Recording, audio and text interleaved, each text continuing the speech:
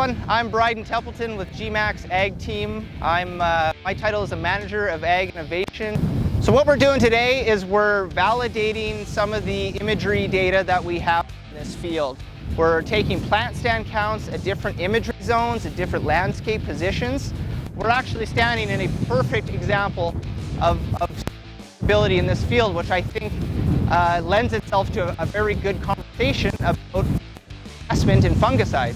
Okay, so behind me we see a pretty acceptable stand in lentils, I would say. You know, there's yield potential here for 25, 30 bushels an acre of lentils.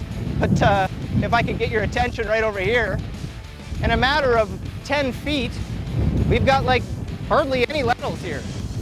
The lentils that are here, they're way earlier in a growth stage. They're smaller plants. There is not potential for the same level of yield here as there is to my left. So I'm just wanting to demonstrate a little bit of satellite imagery in this field. You know, in this ag technology space, it feels like a lot of the times what we're doing is trying to build confidence in the technology. And you know, I've scouted a lot of fields. I've been in a lot of fields with satellite imagery in my hands, and I've personally been able to build up my confidence of this layer, you know, at a certain time of the year. So this is actually just a bit of an experiment. We're going to drive over to a red spot on the map here, which is indicating low biomass, and we're going to see what we find. So here we are. We've just driven to one of these red spots on the map. I'm not sure if you can make that out, but this is what we're seeing. There's hardly any lentils. We've got a few weeds. It's mostly bare soil, to be honest. The lentils that are here are at a smaller growth stage. They look like they're suffering. There's certainly less biomass, and I mean that's why we're out here. Is I don't suspect we're gonna see the same return on investment from investing in a fungicide application in this area, in areas like this in the field.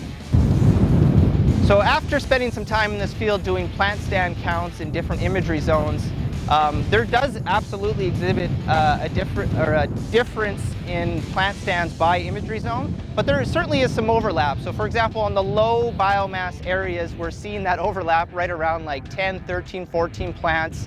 So we, you know, in a spot where there's 10 or 14 plants, it might be a low biomass zone and it might be a middle biomass zone, but the other difference we're seeing there is absolutely in the staging. So the plants in the higher biomass areas, they're branched out, they're at a higher growth stage, they look healthier. You can tell there's some plant health implications.